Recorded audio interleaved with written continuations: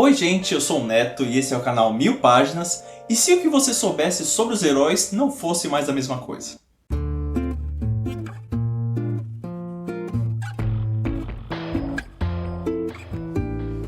Estamos de volta ao universo normal e antes de começar aqueles recadinhos de sempre, não esquece de deixar seu like, seu comentário e se inscrever. E hoje a gente vai falar sobre o retorno do universo Ultimate para Marvel.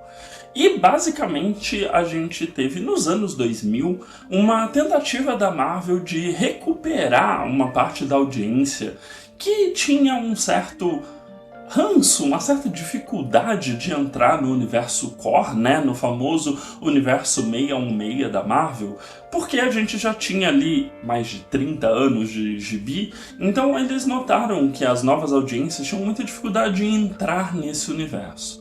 Então, nos anos 2000, eles criaram o universo Ultimate, que era o primeiro grande reboot da Marvel. Eles começaram a contar novamente as histórias dos heróis, e como era um novo universo, eles se permitiram contar histórias novas.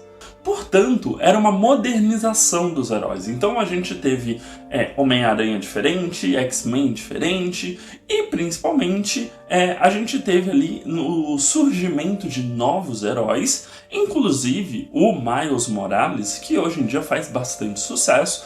Ele surgiu originalmente no universo Ultimate e posteriormente ele foi trazido para o universo tradicional da Marvel e tá aí até hoje. Então foi um universo bastante proveitoso para a Marvel, tanto é que as histórias que a gente acompanha no MCU, elas bebem bastante da fonte dos quadrinhos do Ultimate. Esse universo ele durou aproximadamente aí uns 15 anos de história, mas obviamente, como tudo nos quadrinhos, ele foi se desgastando e depois de 15 anos ele estava com mais ou menos o mesmo problema do universo tradicional, né? Ele já estava com muita história, era um universo um pouco mais controverso porque ele trouxe quadrinistas que tinham alguma dificuldade de trabalhar com os heróis tradicionais da Marvel, então eles queriam roupagens diferentes para os heróis. Então, os Vingadores, por exemplo, que no universo Ultimate eram chamados de os Supremos, eles tinham outras roupagens, outras personalidades, e isso gerava outros tipos de história para os personagens. Então, depois de 15 anos, havia uma certa fadiga com esse universo, e a Marvel meio que fez um evento aí cósmico, um evento bem ruim, tá? Que eles meio que juntaram todos os universos, gerou uma nova guerra secreta, e aí só os universos que eram realmente importantes que a Marvel queria seguir, que ela manteve, e aí o Ultimate foi morto, salvando apenas o Miles Morales e a cópia multiversal do Reed Richards, o criador, né, o The Maker, que também foi para o universo 616. Nessa versão ele é um vilão, então ele usa todo o supremo intelecto dele para o mal. Ele também foi para o universo 616. O porquê que isso é importante? Porque o criador, ele tá preso no nosso universo, ele vira um vilão tradicional ali, ele é a contraparte do Reed Richards. E agora, em 2024, na verdade em 2023, foi anunciado que o Hickman, que estava trabalhando na atual era de Krakoa, dos X-Men, iria trabalhar novamente num ressurgimento do universo Ultimate para Marvel.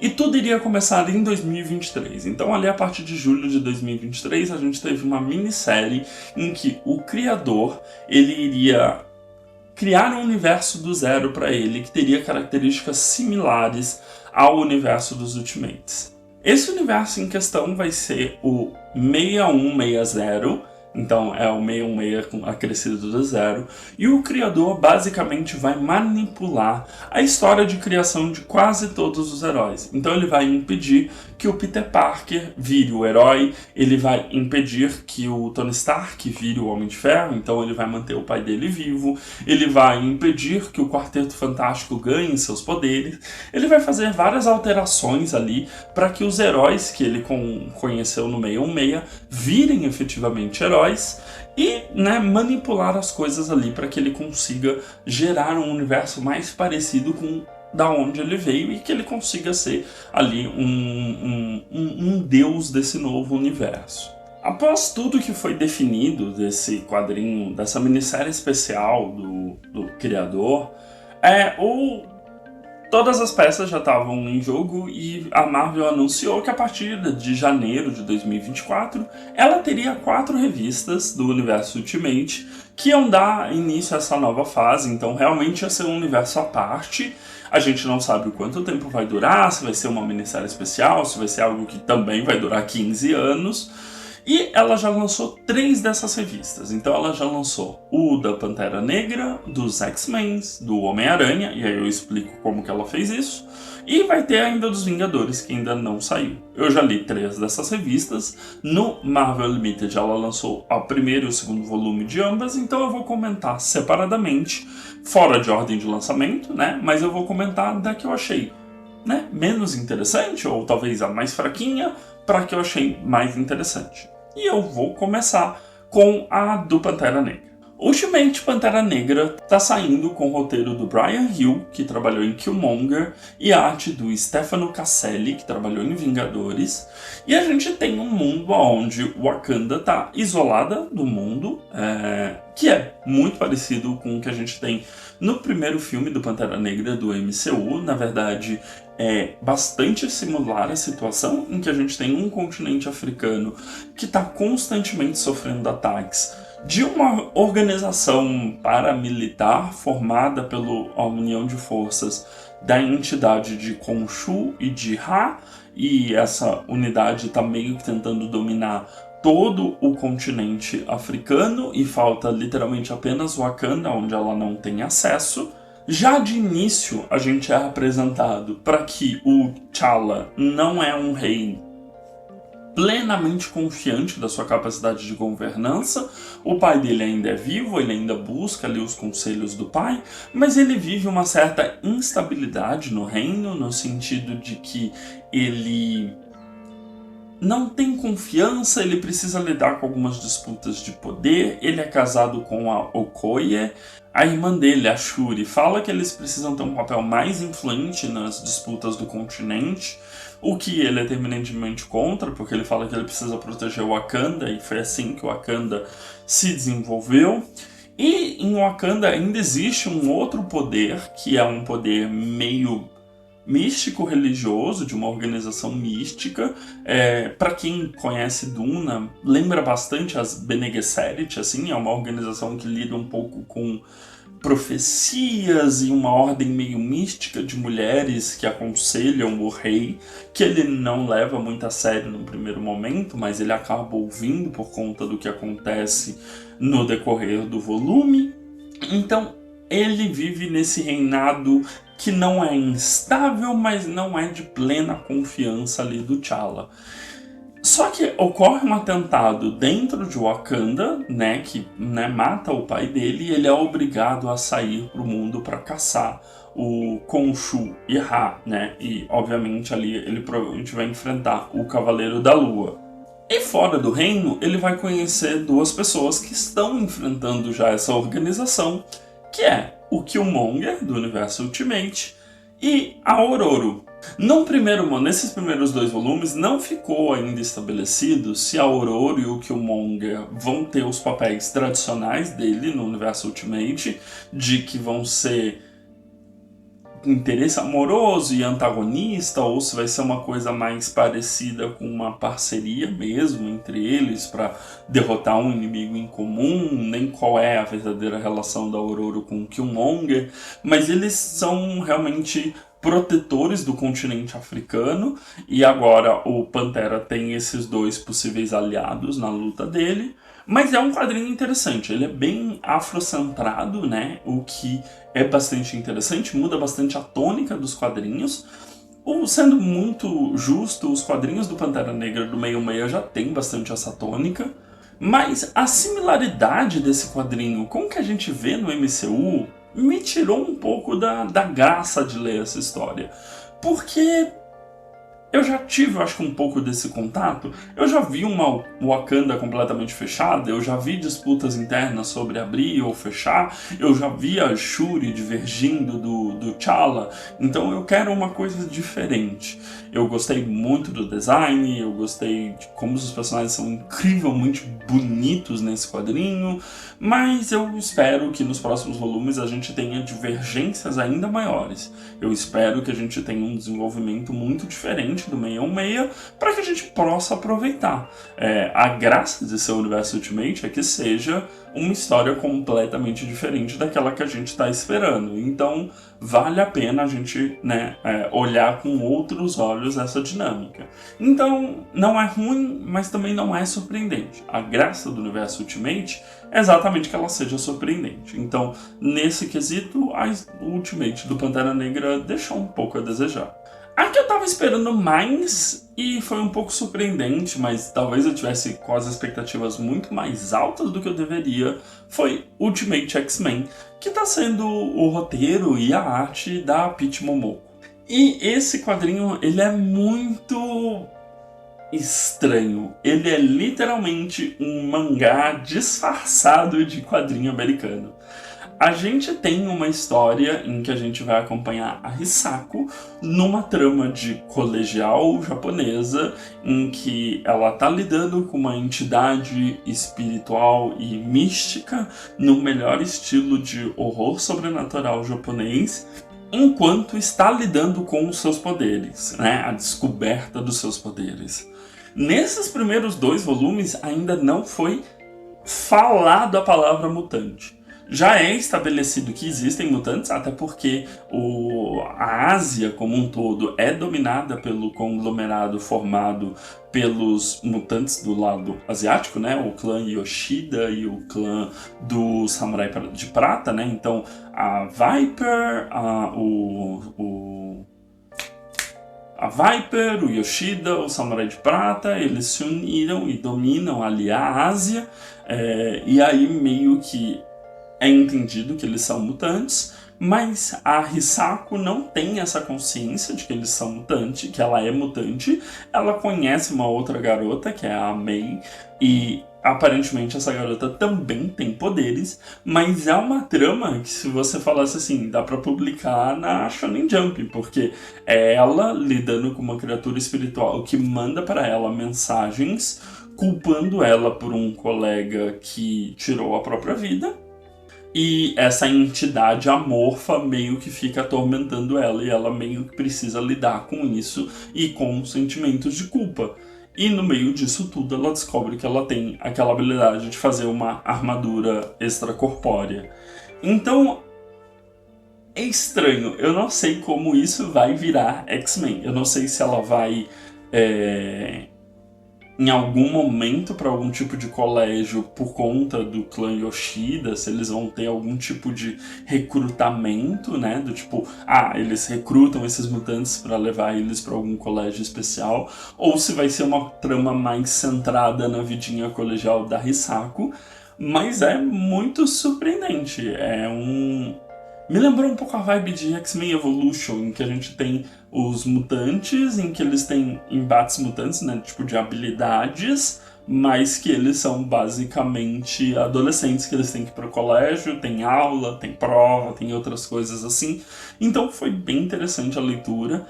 A arte de Peach Momoko é absurda de bonita, as capas são absurdas de linda, a arte é, não derruba em nenhum momento, é muito bonita, muito gostoso de ler, mas novamente, é o tipo de quadrinho que eu também não sei se na esteira do tempo a gente vai ter muitas edições, eu não sei para onde essa história pode caminhar a perder de vista por muitos anos, sabe? Porque é isso, eu não sei se Peach Momoko consegue manter isso por 10 anos, então é uma história que eu sinto que talvez tenha um prazo de vida mais curto ou tenha fases mais cortadas.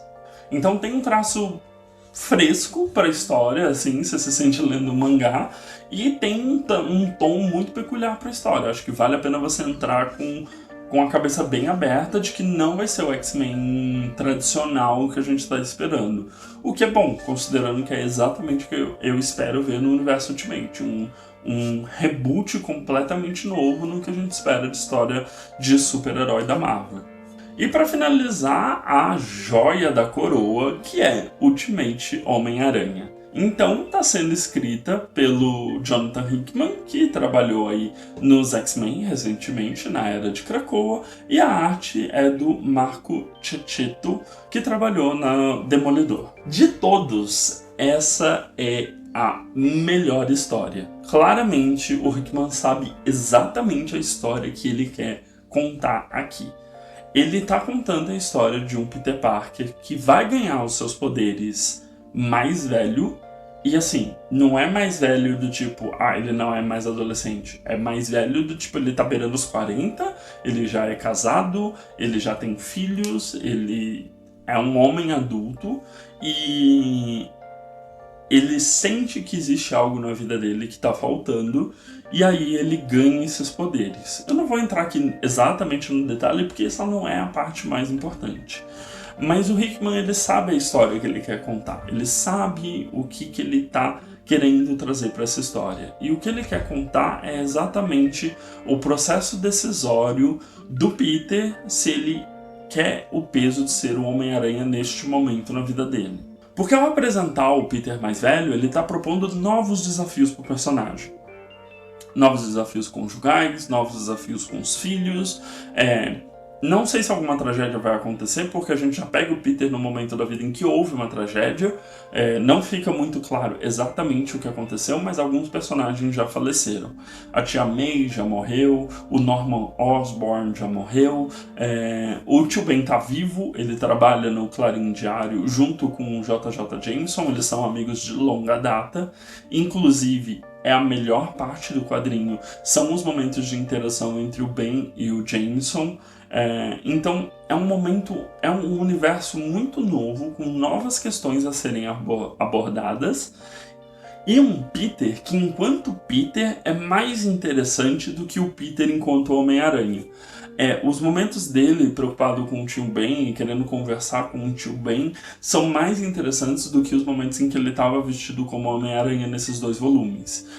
Começam a acontecer algumas coisas estranhas, no sentido de aparecer um Duende Verde que está caçando essencialmente o Wilson Fisk. E o Peter ainda não se envolveu com isso necessariamente, ele está no momento meio de treinar as habilidades dele, e isso não é interessante. Os momentos que o Peter está precisando conversar com a Mary Jane, conversar com o Tio Ben e o Jameson discutir sobre dinâmicas de trabalho e o que fazer com o Clarim Diário, sair ou não do Clarim Diário, são muito mais ricos para a história, porque dialogam com aquele mundo, do que as lutinhas desses volumes. Essa foi a primeira quadrinho lançado, ele lançou em janeiro, e de todos os quadrinhos lançados, é o que eu vejo sendo mais longevo. Ele parece ter uma história mais fácil de ser contada a longo prazo e ter mais arcos narrativos. Eu espero que o Hickman não caia no clichê de fornecer alguma grande tragédia pro Peter, e principalmente que ele traga uma dinâmica diferente do Peter com os seus vilões. Porque como já foi estabelecido que vai ter um Duende Verde, eu espero que não tenha o clássico Homem-Aranha e Duende Verde, ou que seja construída uma dinâmica diferente entre esses dois. Mas é um quadrinho que você, a cada página, tem uma surpresa diferente, porque eles estão brincando com elementos da mitologia do herói que você tá esperando alguma punchline ou alguma coisa que você já tá muito acostumado daquele personagem, e aquilo não vem, ou é subvertido de outra maneira. Então você tá sempre numa antecipação que é subvertida, e você é pego de surpresa. Então é sempre muito prazeroso, porque não é apenas para te chocar, ela tem uma função narrativa nela mesma. Então foi a melhor história desse universo Ultimate. Ainda falta sair uma versão dos Vingadores desse universo. Eu não sei a certo qual vai ser a formação dessa equipe. Se eu não me engano, acho que vai ter o Thor, a Lady Sif, um Victor Von Doom, um negócio assim.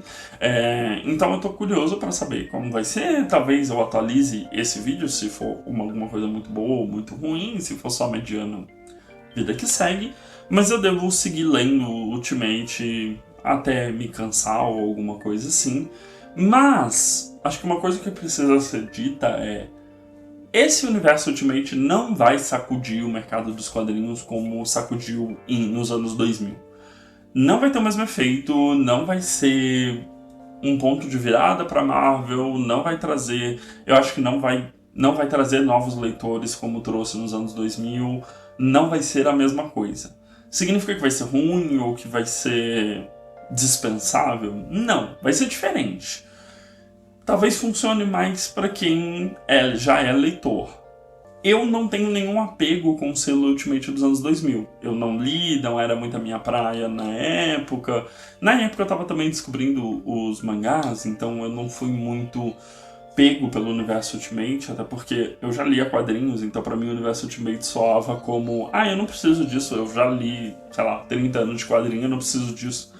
Então eu não tenho nenhum apego com o universo Ultimate, então essa nova empreitada está sendo mais proveitosa para mim. Mas vamos ver o que vai dar. Eu confio bastante no Hickman, ele tem uma visão coesa para o projeto e eu quero ver como essas 4 histórias vão se conectar ao longo do tempo. Porque eu imagino que elas vão se conectar ao longo do tempo.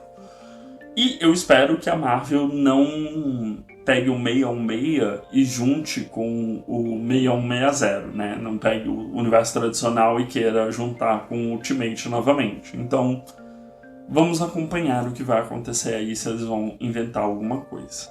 No balanço geral, ok, é um universo que está sendo divertido acompanhar o nascimento. E por hoje só, então. Então acho que é isso sobre o universo Ultimate. Não esquece de dar uma olhada nos vídeos recomendados do meu lado direito, se inscrever na bolinha do meu lado esquerdo. A gente se vê no próximo vídeo. Um grande beijo e tchau, tchau.